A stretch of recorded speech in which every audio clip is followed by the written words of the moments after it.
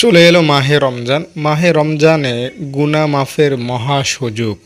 মাহে রমজানে সোয়াব কামায়ের মহা একটা সুযোগ থাকে।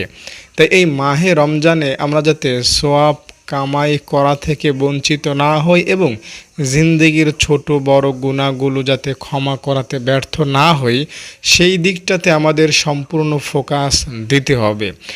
মাহে রমজানে যে গুনাহ ক্ষমা করাতে পারবে না, তার চেয়ে হতভাগা, তার চেয়ে কপাল পোড়া, তার চাইতে লাঞ্ছিত বা বঞ্চিত হওয়ার মতো কোনো ব্যক্তি আর হতেই পারে না।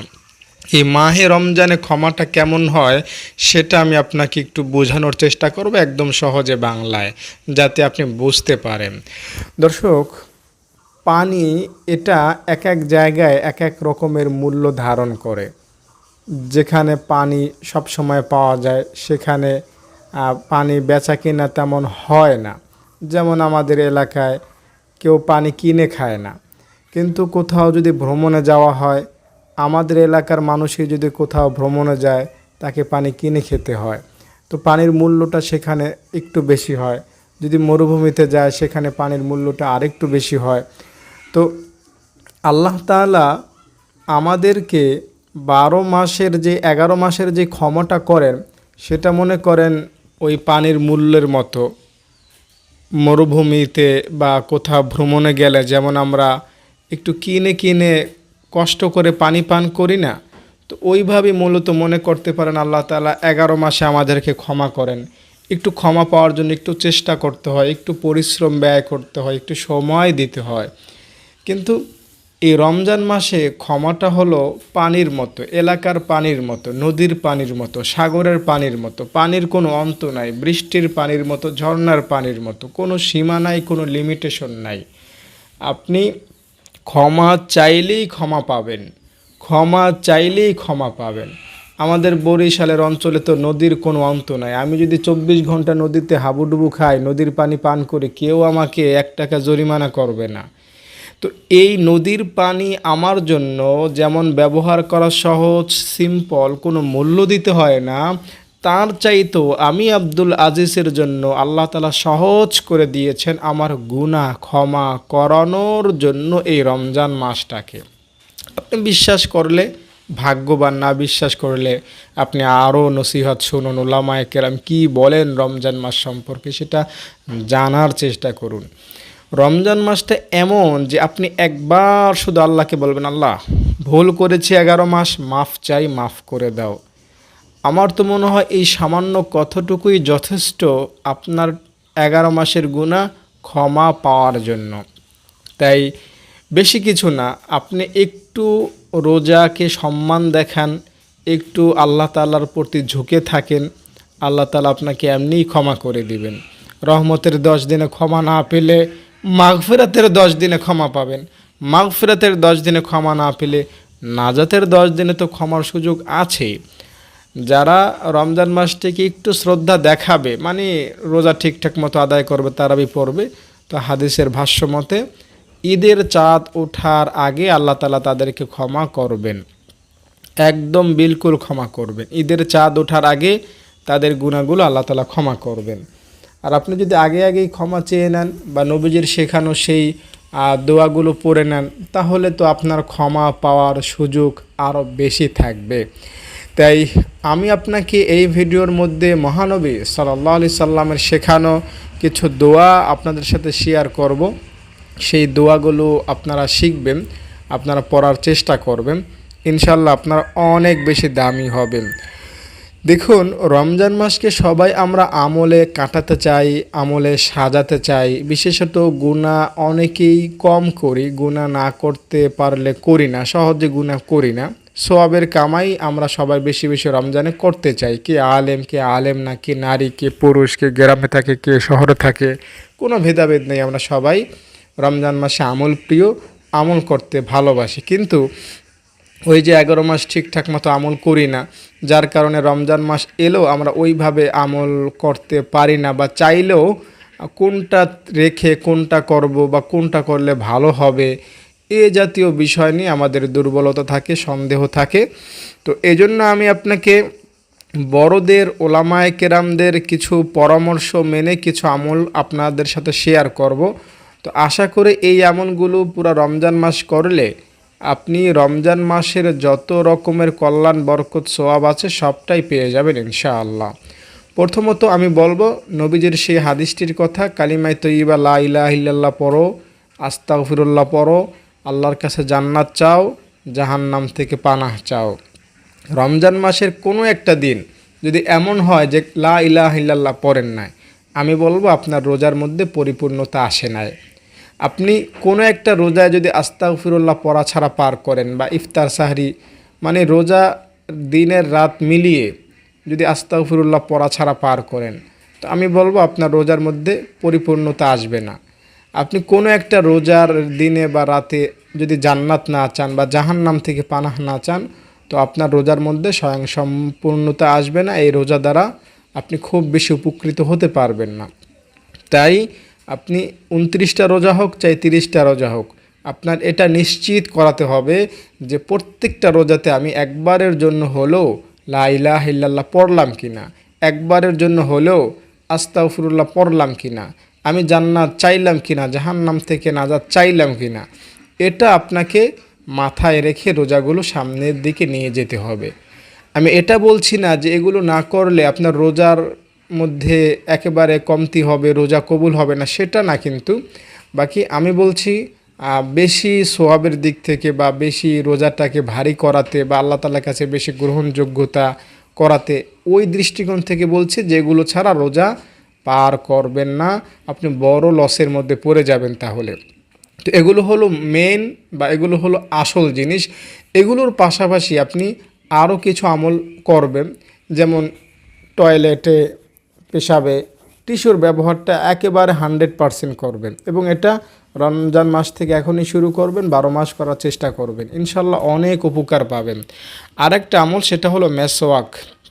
বিশ্বাস করেন, আপনি যদি রমজানকে সম্মান করার জন্য যে না রমজান এসেছে আমাকে একটু ভালো হতে হবে, নবীজির কোনো একটা সুন্নাত যা আমি এতদিন পালন করি নাই, তো এই রমজান উপলক্ষে আমি একটা নবীজির সুন্নাত ধরব, তো কোনটা ধরা যায়? তো আপনি মেসওয়াকটা গ্রহণ করলেন।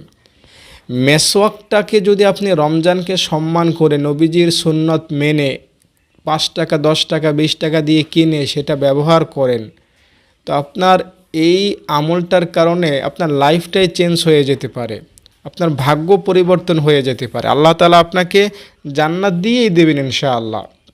তাই একটু টাকা খরচ করে হলেও মেসওয়াক ক্রয় করুন, মেসওয়াকে অভ্যস্ত হন। আপনি মেসওয়াক ছাড়া যদি নামাজ পড়েন তাহলে আপনার নামাজের স্বাভাবিক সওয়াব হবে। আর মেসওয়াক করে যদি নামাজ পড়েন তাহলে মনে করেন মেসওয়াক করে নামাজ পড়লেন, তাহলে আপনার তারাবি পড়লে 400 বার তারাবি পড়ার সওয়াব হবে। মেসওয়াক ছাড়া পড়লে একবার তারাবি পড়ারই সওয়াব হবে, আর মেসওয়াক করে নামাজ পড়লে 400 বার তারাবি পড়ার সওয়াব হবে। এটা অনেক ব্যাপার স্যাপার। আপনি সাহারির সময় ঘুম থেকে উঠলেন, মেসওয়াক করলেন, এরপরে তাহাজ্জুদ পড়লেন, তাহলে মেসওয়াক ছাড়া নামাজ পড়লে তো একবার তাহাজ্জুদ পড়ারই সওয়াব পেতেন, কিন্তু যেহেতু মেসওয়াক করে নামাজটা পড়েছেন তাই আল্লাহ আপনাকে 400 বার তাহাজ্জুদ পড়ার সওয়াব দিয়ে দিবেন। বিশাল ব্যাপার স্যাপার না? অনেক বড় ব্যাপার স্যাপার। আর এটা তো বললাম আমি স্বাভাবিক হিসাব। আর এই 400কে রমজানের যে ফজিলত রয়েছে 70 গুণ, সেই 400কে 70 দিয়ে যদি পূরণ দেন তাহলে দেখবেন একবার মেসওয়াক করে রমজান মাসে তাহাজ্জুদ পড়া হাজার হাজার দিন তাহাজ্জুদ পড়ার সমপরিমাণ নেকের মতো সওয়াব হয়ে যায়। জুমার দিন একটা কদম যদি আপনি দেন তাহলে মসজিদের দিকে একটা কদম দিলে 1 বছর রোজা রাখা এবং 1 বছর তাহাজ্জুদ পড়ার সওয়াব হয়, এটা আপনি নিশ্চয়ই শুনেছেন। তো এক কদমের বিনিময়ে যদি একটা বছর তাহাজ্জুদ পড়ার সওয়াব হতে পারে, তাহলে রমজান মাসে নবীজির সুন্নত মেসওয়াক করে তাহাজ্জুদ পড়লে আপনার হাজার হাজার দিন তাহাজ্জুদ পড়ার সওয়াব হবে না কেন? এর চাইতে বেশি হবে ইনশাআল্লাহ। তাই মেসওয়াকটা রমজানকে কেন্দ্র করে, রমজানকে লক্ষ্য করে এখনই নিজের মধ্যে আয়ত্ত করুন। যারা মাঝে মধ্যে করতেন তারা নিয়মিত করার চেষ্টা করুন, আর যারা একদমই করতেন না তারা এখন থেকে প্র্যাকটিস করুন, অভ্যাসে নিজেকে তৈরি করুন। রমজান মাসে আরেকটা আমল আপনার মধ্যে আমি আপনি যাতে করেন সেটা কামনা করব, সেটা হলো কালিমে শাহাদাতের আমল। কালিমে শাহাদাত কি? কালিমে শাহাদাত হলো আশহাদু আল্লাহ ইলাহা ইল্লাল্লাহু ওয়া আশহাদু আন্না মুহাম্মাদান আবদুহু ওয়া রাসূলুহু। আত্তাহিয়াতুর মধ্যে সর্বশেষ যে অংশটুকু, নামাজে সালাম ফেরানোর আগে দুরূদ শরীফ, দোয়া মাসুরা তার আগে পড়ি না আত্তাহিয়াতু, এই আত্তাহিয়াতুর মধ্যে কালিমা শাহাদাত রয়েছে।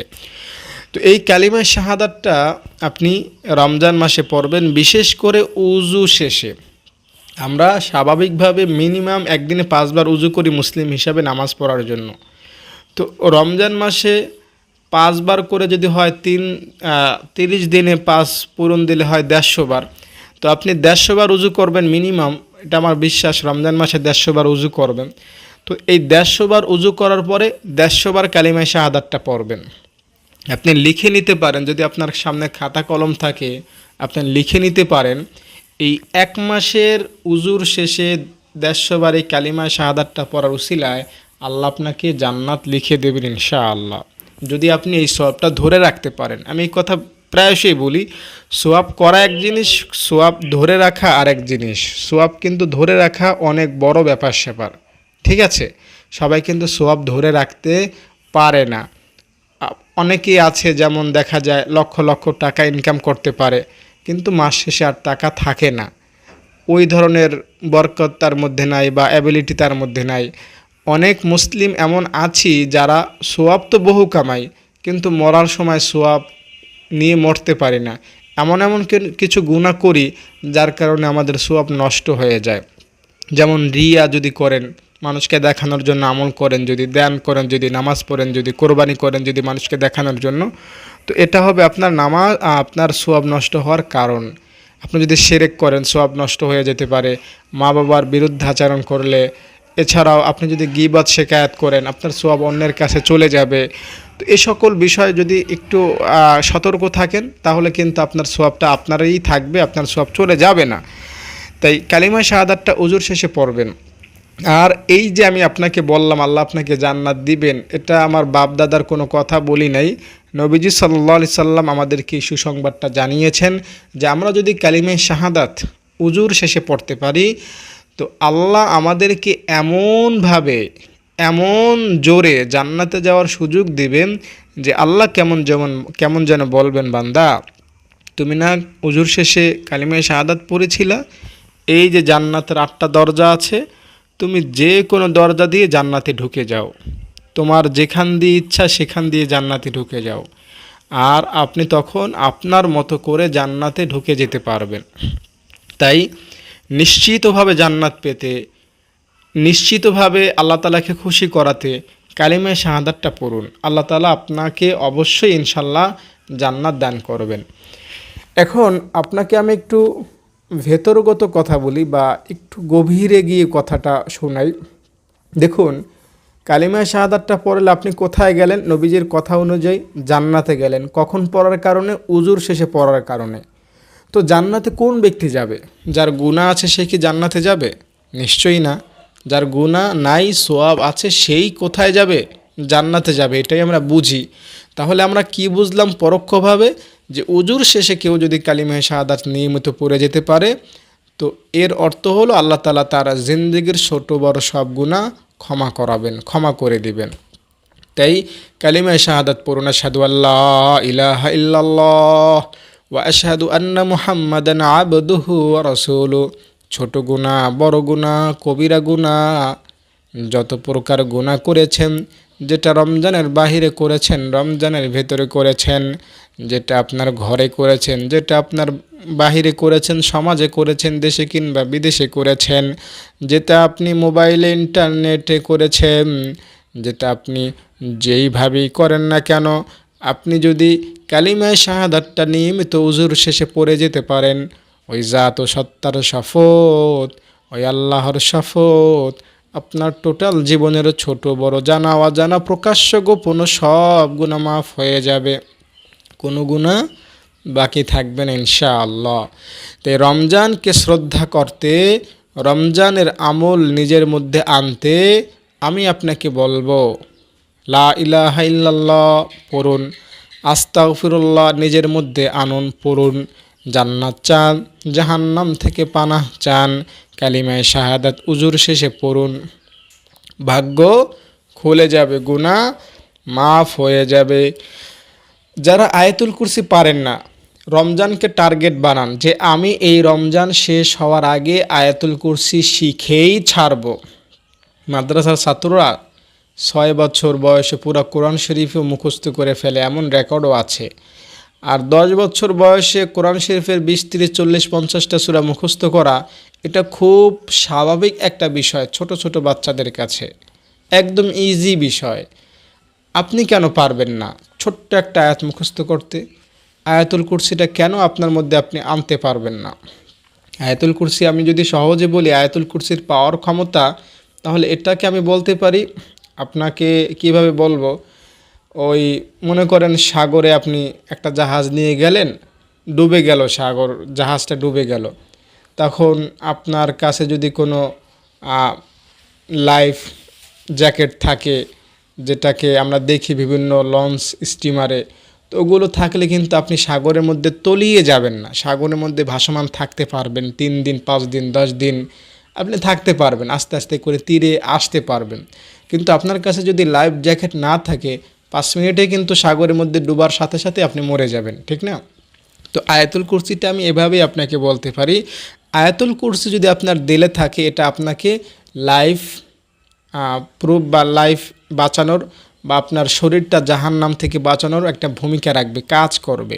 আপনি আয়াতুল কুরসি মনের মধ্যে রেখেছেন, এটা আমল করেছেন, আর আপনার এই দেহটা জাহান্নামে পূর্বে, এটা নবীজির ভাষ্যমতে কখনোই হবে না, হতেই পারে না। তাই আয়াতুল কুরসি পড়ুন, আয়াতুল কুরসি সম্পর্কে আরও ভিডিও দেখুন, আরও আমল শিখুন আয়াতুল কুরসি প্রসঙ্গে, বড় বড় হুজুরদের কথা শুনুন। আয়াতুল কুরসি যে কত বড় একটা পাওয়ারফুল আমল, এটা আপনি আরও যদি নসিহত শোনেন আপনি বুঝতে পারবেন।